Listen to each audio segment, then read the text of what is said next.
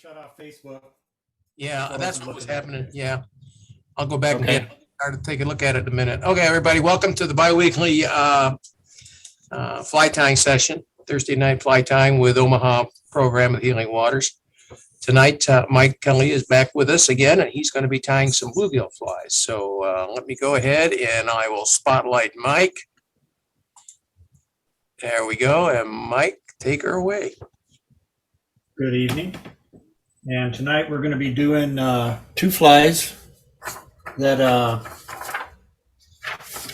the last did bluegill flies. It was floating flies, foam flies that are best used during the bluegill spawn. But when you get into the summer months and even a little bit in the fall, a lot of times you're going to find them more in deeper water off structure and best used. So you need something that'll get down there a little bit. So these two flies are actually, both of them are weighted. As deep your leader and your tippet will allow. So you want to go a lot deeper than you use a longer tippet. But even if you used a sinking line or like a sink tip or something, you could control how deep they go. And if you wanted to use them in a slower, like a shallower presentation, you could just leave off or use less weight. But the first one is Pat's rubber legs, and ironically, that's very. I guess you could almost call it a stolen fly. The original fly was called the girdle bug, and that was from Frank McGinnis. It was from Anaconda, Montana. And in the 30s or 40s, he created a fly that was supposed to represent stone flies in the Big Hole River. At first, it was McGinnis rubber legs, but then later on, because the rubber, what he used for the rubber legs was actually from the elastic from a girdle. And so they started calling it the girdle bug. That became the fly that the name that stuck with the fly. So later on, then in the probably 2006, a guy named Pat Bennett from Outfitters in Island Park, Idaho, he changed it up quite a bit. He used span for the legs, which is just like rubber legs, but it's a little bit thinner of a material, so it moves a lot more. Kind of a crinkly look to it. I don't have you won't be seeing me use it, but it color of legs instead of the white rubber legs that were used in the girdle bug. Girdle bug actually was black chenille and white legs. But the Pat's rubber legs is a darker fly, darker legs, I mean, and it actually uses variegated chenille. Nowadays, the most popular color for that is it's called coffee and brown. Let's switch to the. Mike, you're really breaking up badly now. Okay. The most commonly used chenille is this variegated black and coffee. And it's like a brown. There's a lot of different manufacturers make that same exact color pattern of chenille, but it's much better with the variegated color. And then I just use there's different types of rubber legs, use different colors. These are the silly legs. They're pretty popular nowadays. They probably tend to break more often to tear off. They're not really as strong. I've found a lot of good rubber leg material from, these are sold as skirts for bass spinnerbaits. And they've got some chartreuse, some barred brown and black, some black with some little bit of glitter in there. It's a pretty good variety. And then there's centipede legs. There's different types of Rubber leg material that you can use.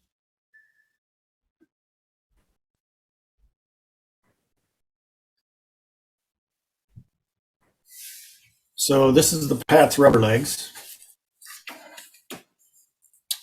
And what I'd like to try to do, I'm going to share my screen and show you what a stonefly or a salmon fly looks like.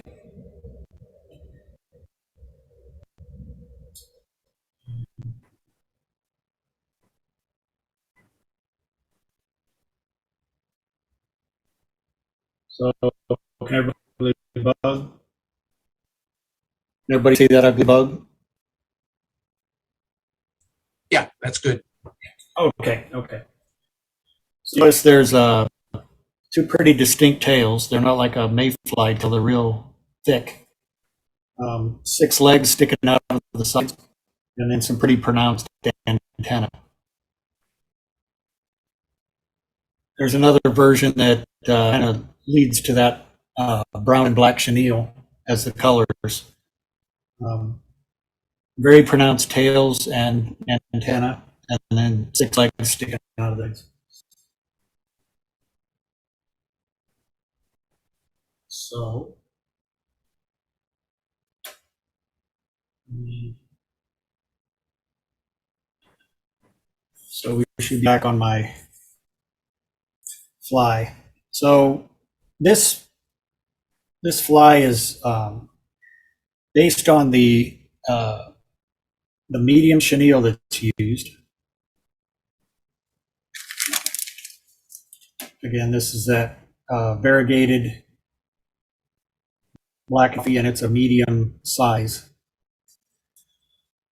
Size 8 hook in about a 3x long is the best combination there. So I'm going to cut off a piece about 2 card lengths in length. So that's sitting on the side there. And this is weighted with lead wire. You could use the lead substitute. Some places don't allow lead anymore, so you'd have to use the lead substitute. But a lot of times I'll just hold the tip of it there a little bit, do that, and then start wrapping. And I'll give it about 5, 6, 7, 8, about 12 good wraps, maybe a couple more. And then hold it with my fingernail against that lead, and then just worry it off. And that gives you a pretty good break right there where it's pretty smooth. So then for the rest of it here, you just kind of have to work that tag around a little bit.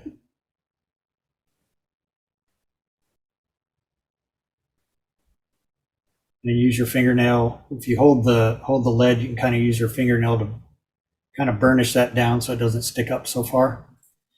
So you can slide the lead back and forth. You kind of want it to be about right in there, maybe 2 good hook eyes back from the front. Can everybody hear me good at this point?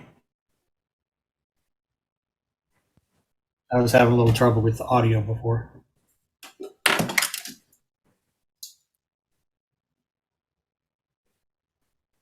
I'll take that as a yes.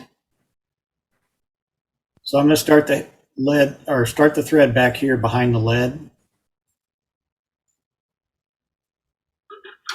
And that makes it easier to secure that lead If you start at the front, it's a little more difficult to hold that in place while you're doing it.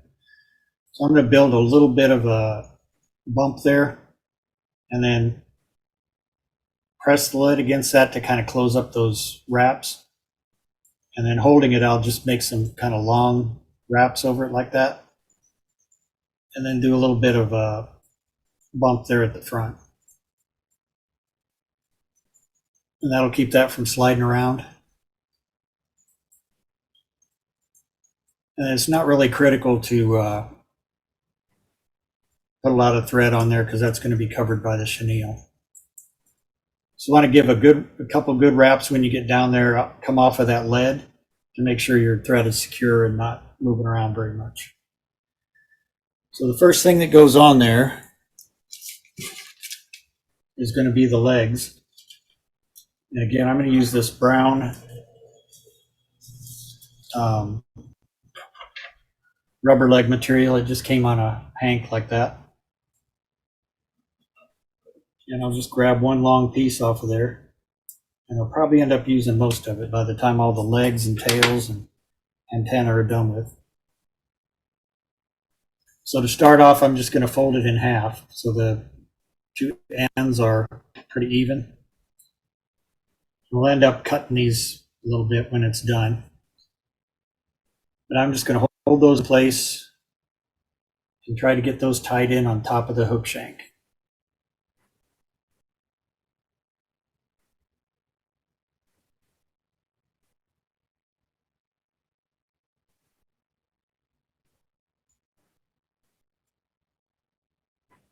So as I'm pulling it a little bit this way, that kind of keeps them on top. And as you pull, that's going to spread them out like that, and that's how you want them. So that's pretty good. So I'll wrap back over that and come forward.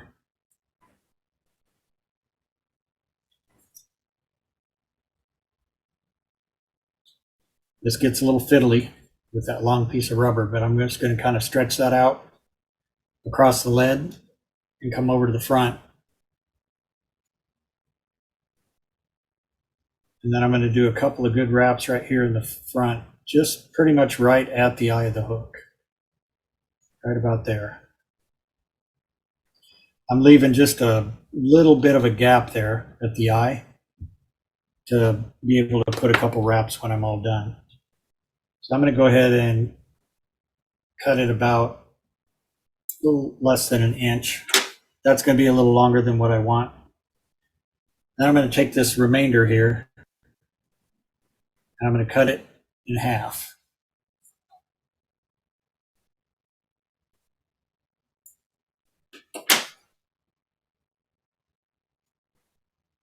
I'm just going to set those two down for now. Because the next thing I need to do is get the chenille on. Once those legs are in place, you're not going to want to try to mess around at the tail there and try to tie that in. So I'll just bring this back to the back here.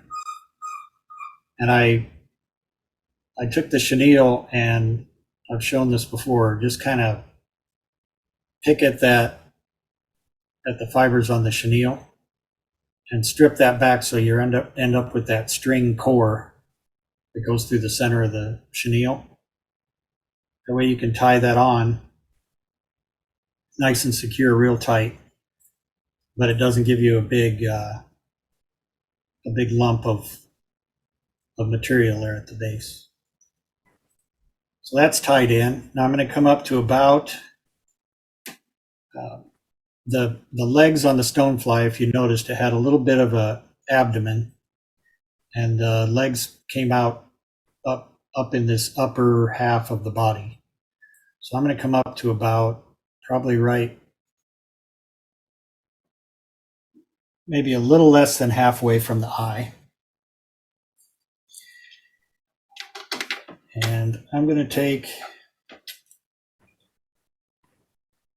actually I'm going to cut off another long piece of this and give myself another piece. So I've got three pieces that are about 2 inches in length. So I'll take the first one and I'm going to wrap it around my thread. Like so, try to get the ends together there. And then once it's wrapped around the thread, you can kind of slide it around.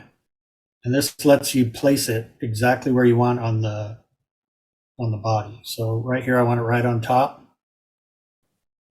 So now my thread's holding it right on top. So I'm going to put another wrap across the top and then just kind of X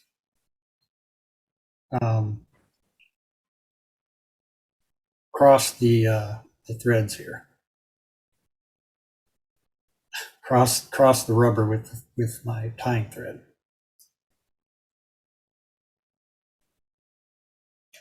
And that'll get it tied down really well.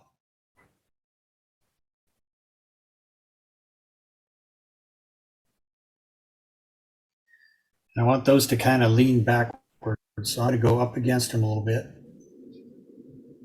It doesn't really matter much, but I do want them to at least be leaning out, so it gives me a little more room to mess with the other ones. So now I've got these other 2 pieces here. I'm going to move forward to maybe half that distance then, where the back legs were tied and where the antenna are. I'm going to do the same thing and take these 2 legs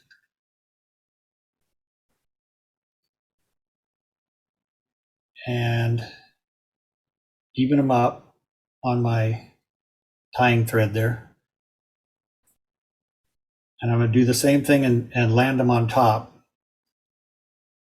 and put a couple more kind of medium strength wraps right there. But then I'm going to take one side and slide it around and take this rubber leg, and if you kind of stretch it, it'll move a little bit under the thread. So you've got them sticking out to the sides like that. Then I want a little bit of a space in here in between those legs. So I'm going to take a couple of wraps right there to give it some space. So see how they're pretty much evenly spaced between all 3 sets of legs there. This one came around a bit like that. I can slide him up. So there's your mess of legs that you get to try to move that chenille around. But I'm going to show you a little trick. And I have to give credit to, I saw this on a YouTube video. It was, I think it was Cast Gear. I didn't really see a name, but the guy that was tying it took a couple wraps around those front legs like that. Take the middle legs,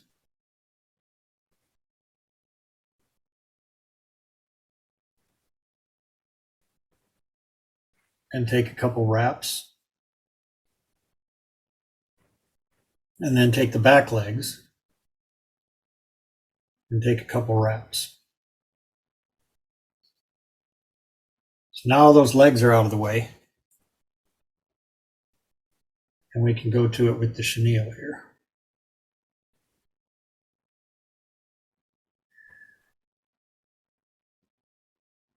So I'm going to take nice tight wraps and wrap this chenille forward up onto the lead. And when I get to those back legs, right about there, shorten up my thread a little bit. And then I'm going to undo those 2 wraps. And there's my back legs. Then I'll put it in front of that. Looks like I need maybe one more turn. And then I'll back off 2 wraps. And there's my middle legs.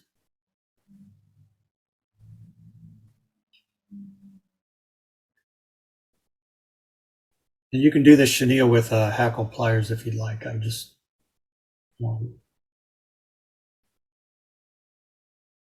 like doing it by hand.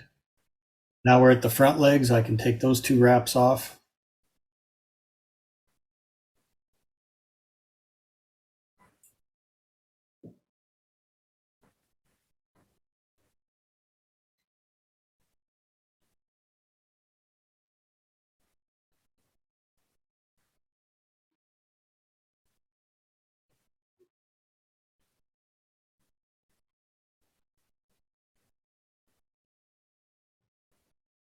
And then tie off that chenille. I got that front leg stuck in here wrong. Hold him over here. I've got a wrapper on that chenille. I'm just going to wrap it a few more times.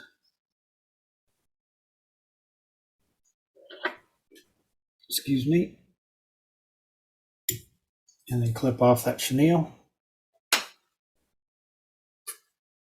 Take a few more wraps to make sure everything's nice and secure with that chenille.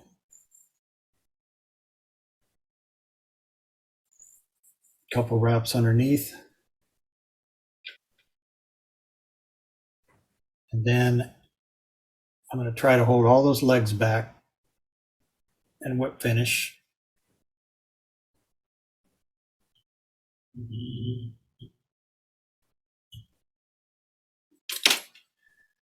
That nice and tight.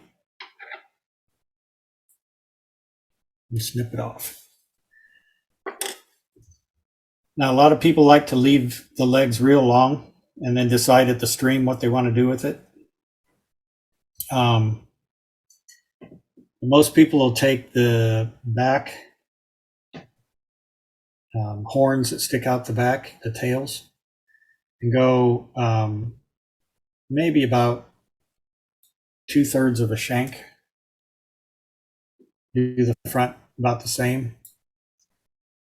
And then you can take all these legs and lift them up at the same time. You don't want to stretch them because... Mike, how much of a job would it be to knot those legs so that you get the old classic knot look in them?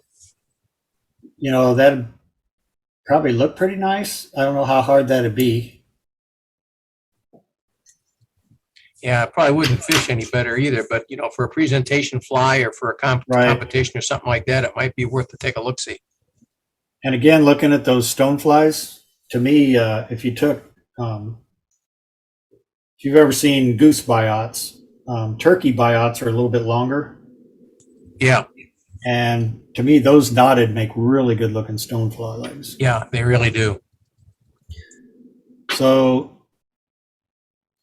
being weighted like that, that's going to get down deep, and the current is just going to make those legs go nuts.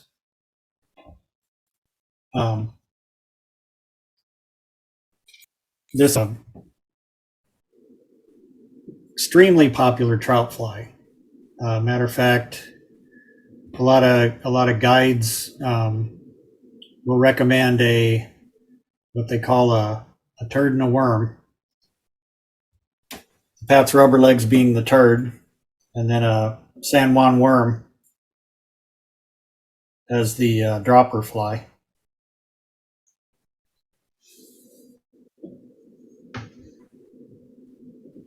Now I put a little head cement on there, but I'm going to stick an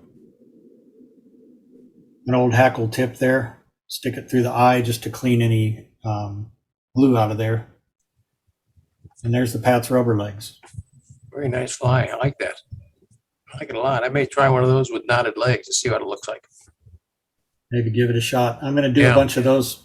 I'm doing a bunch of those for the other carp flies that I was doing. Yeah, that'd be a good one for the carp fly. Probably be It's tied weighted. up. It's weighted and it's buggy. Yeah. I'll tell you, for bluegill, you can get that down pretty deep. There's a olive green colored one, and the legs are kind of actually what I used was that stuff from the bass spinner blade skirts for the legs. There's a brown one. Yep. So, I mean, if you were doing a golden stone, you could try it a little bit smaller. I definitely use, like I was using a 0. Is it 0.3? 0.30 lead. Yeah, you'd that's have to pretty use heavy. a thinner lead for that. It's going to be pretty heavy. Yeah. If you're using a smaller, maybe a 10, I suppose you could try to do a 12. If you got down to a 12, you'd have to use the ultra chenille, Yeah. Yeah. the finer chenille. Sometimes you can find it like a small regular chenille. Yeah. I've never found it in the variegated though on those sizes. Of course, I Yeah, suppose. you probably won't find it variegated. Yeah, I suppose you could take some micro chenille and twist it and get the same effect. Maybe, I don't know. Right.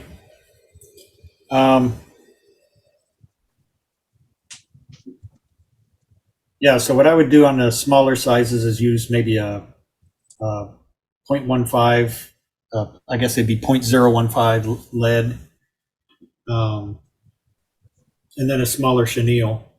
Yeah, and maybe use a what do they call them? A Sharpie on the chenille to get your variegations. You could do that too. That's a really good idea, actually.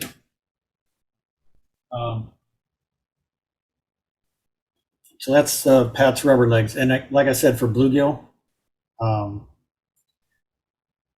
in still water, of course, that's still going to move around somewhat in the water.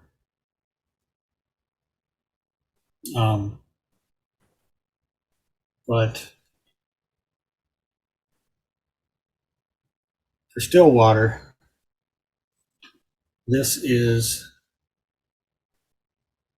Bully's bluegill spider. And again, the colors are endless. I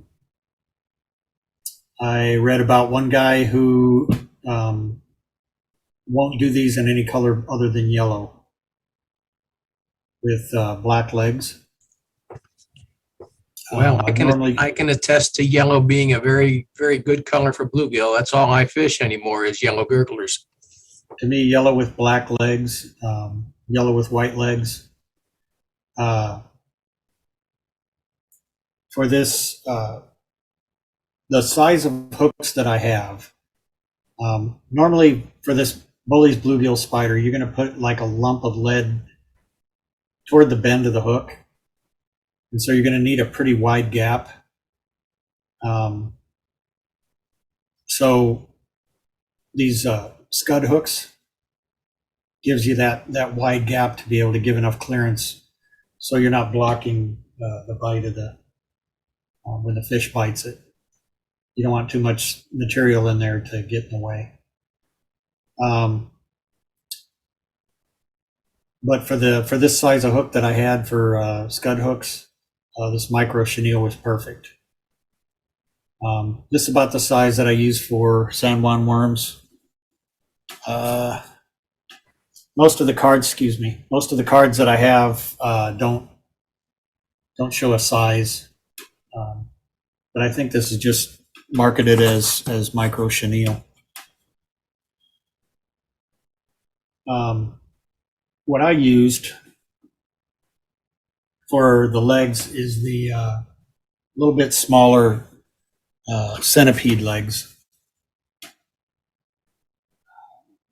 Like I said, I don't remember where I bought this, whether it was online or at a fly shop somewhere, but it's a really good speckled rubber legs. It's a round material, but it's a little bit thinner than the stuff that you're going to get from most of these when you buy rubber legs. I like this for other like gurglers and stuff because it's got a little bit of black fleck in it. This silly legs material, like I said, is a little bit thinner. It's more of a square, rectangular kind of a string. But I've just found a lot of times I've had those break off even while I'm tying them if I get the thread too tight. So I think that's a softer material, which means, pros and cons. It'll move a lot easier in the water, which is a plus. But it's also going to be, especially with bluegill, on about fish number 47 is probably going to start losing some legs.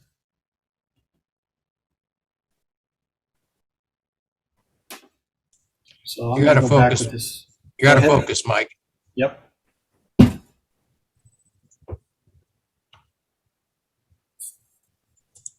There we go. So on this one, I'm actually going to start with thread, and just about somewhere in the middle of the hook there, just to get that thread tied down real nice. And then for the lead on this one, the only lead I have is .030.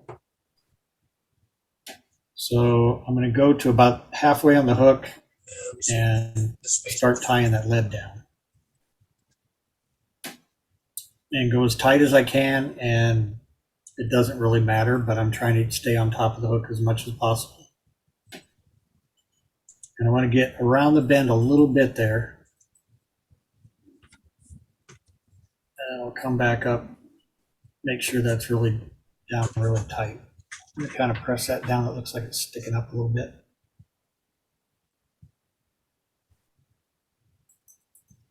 And then come forward so the thread's out of my way.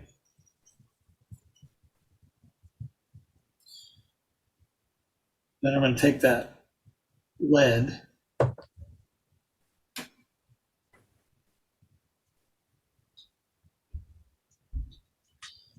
again, if you're using a .015 or a smaller diameter lead,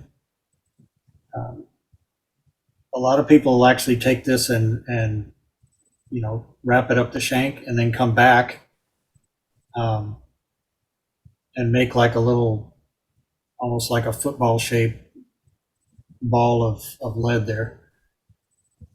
But I tried that on a larger hook, and that just really, it gets difficult to wrap the chenille over, and it's really kind of a pain. So again, I'm going to grab that with my thumbnail and just work that back and forth till it breaks.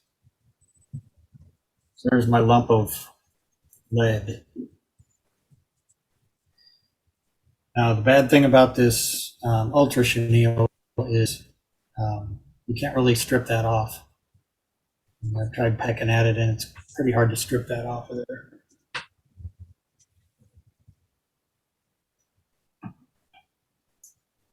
So,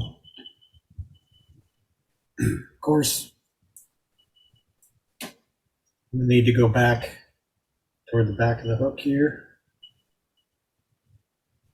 And right up against that lead, I want to start tying in that chenille. For right now, I'm going to move that hook.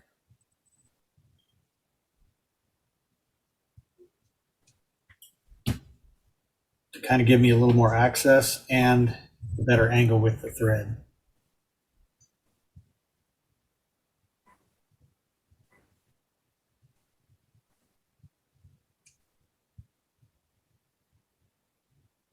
So I'm going to come down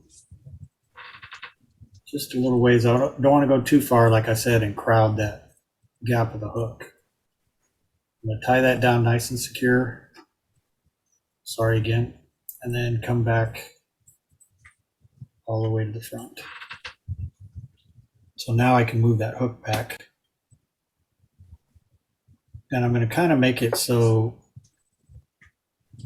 I'm going to be pretty level here with the front of the hook, because that gets to be kind of difficult on a scud hook sometimes when you're trying to tie off that head.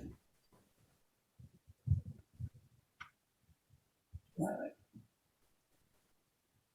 So I'm going to start back here and wrap up over that lead.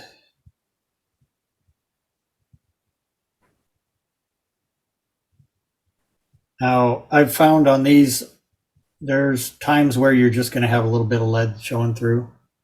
I don't think it really makes much of a difference. If anything, it's got a little flash to kind of catch their eye. Last one I did didn't really show much, but I usually have a little bit of trouble right there. So what I'll do is come forward a little bit and then go back across, and that'll fill that in more. And then come forward. You want to stay a little bit, you don't want to crowd the eye too much. So I was just about an eye's length back is where I stopped with that. And then I want to cut that off close. And then just kind of clean this up, tidy it up, as Davey McPhail says. Just to kind of give it a good spot to work with those legs. Okay. Now on this one, let's see, I'm using this centipede legs, it's called. And I'll fold it pretty much in half. With a 2-inch piece, this is about a 2-inch piece of leg material. If you fold that in half, that ends up being just about right for the fly. So I'll even those up pretty well. And then out over the eye, I want to leave that loop. So just about halfway. Give it a couple of good wraps. Try to stay on top. Maybe 3-4 wraps. And then take these two that are by themselves and try to split them to about the sides of the hook sides right there. Just like that. And maybe give a couple wraps. A couple more. Get a little closer to the eye.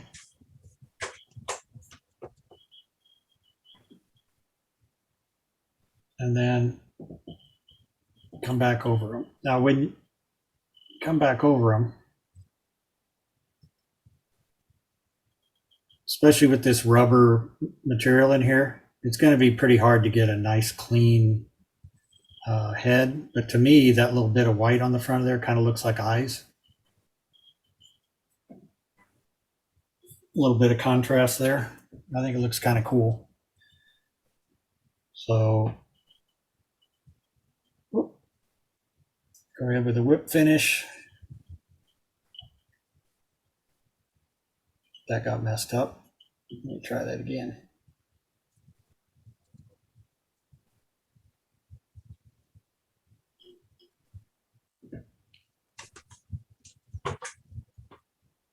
There we go. Clean this up some here.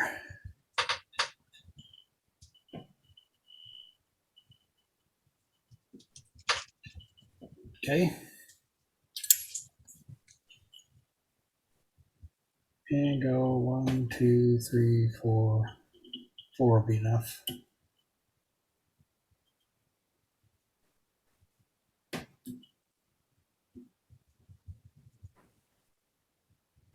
Pull that thread nice and tight. Clip it off. And then split that. And you want your legs to kind of be split on about a 180 there. You can usually kind of tweak them a little bit if they're out of place.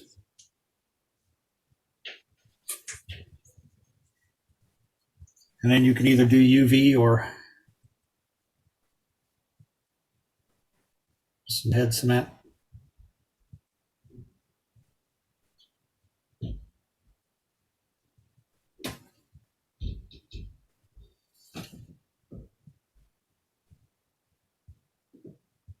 Let that dry and that'll be pretty indestructible.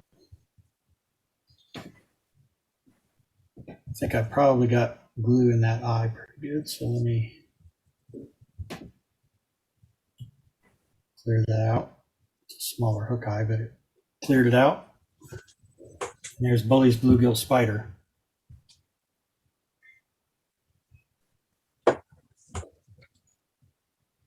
Mike, have you ever tried that without the lead? I have not. I did use those I used it in South Dakota, in Lakota Lake. Uh-huh. It's kind of near the Big Heads. It's a real small little pond, real pretty area. And caught a lot of small rainbow on it. It's a good lake fly because it'll sink fairly fast because of that weight at the butt. Yeah. And when it sinks, it's pretty much at like about that angle. Uh-huh. So as it's sinking, it really makes those legs move, and it looks alive. It doesn't really necessarily look like any creature that exists out there, but it's an excellent.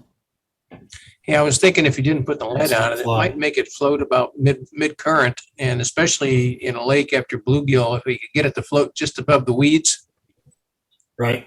it might, a little bit of floating on it, and it might. I don't know. I may have to play with that one. I really like that fly. It looks like a real bluegill killer to me. Yeah. Like I said, it doesn't really necessarily look like any particular insect, Yeah. but the main reason for the legs was that the weight of the fly is just going to make those kind of do that as it's sinking. It's going to make them move in the. Yeah, it's kind of like a soft hackle fly. Right. So you get the same kind of effect with the rubber legs as you would with the soft hackle.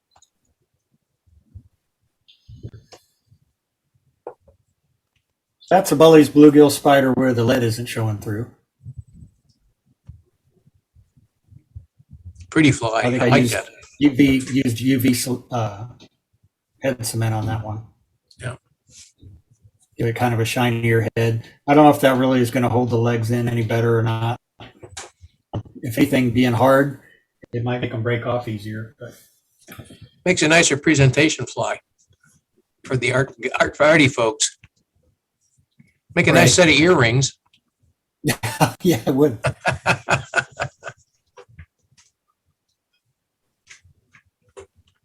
So I don't know if I really believe it. This was created by Terry Wilson, is the guy's name. And it was first introduced in his book in 1999, Bluegill Fly Fishing Flies. And the book that he accidentally hooked the rear end of a bull while casting a bass bug. And he wisely chose to break the fly off rather than trying to approach the animal. I'll be But darned. as he was re-rigging, he watched a man with a cane pole fishing with live crickets. Uh-huh. He noted that the movement of the insect's legs seemed to trigger strikes. So Bully's bluegill spiders, his attempt to mimic the flailing legs like of a cricket or an insect. So that was the story that he put in the book. I've seen it a lot, and this isn't a bad idea either. Brown with a bright orange head. Oh, okay. Maybe a little bit more of an exaggerated head than what I have there in black. Maybe come back a little bit more with the legs and the head, Uh-huh. and do it with a bright orange thread. So the brown and the orange with white rubber legs. I think that looks really nice. That was I first saw this fly in it was Fly Fish, Ohio. A guy named Joe Cornwall used to do podcasts. They were actually on iTunes when podcasts were first kind of coming around. He did a lot of fly tying things for Fly Fish, Ohio.